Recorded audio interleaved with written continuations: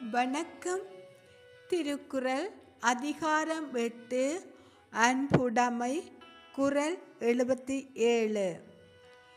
என்பு இலதனை வெயில் போல காயுமே. அன்பு இலதனை அறம்.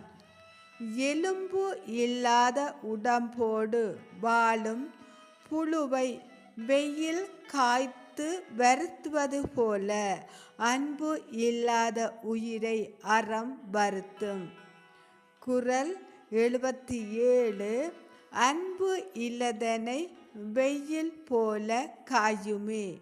அன்பு இலதனை அறம். பொருள்: எலும்பு இல்லாத உடம்போடு வாழும் புழுவை வெயில் காய்த்து வருத்துவது போல அன்பு இல்லாத உயிரை அறம் வருத்தும். நன்றி.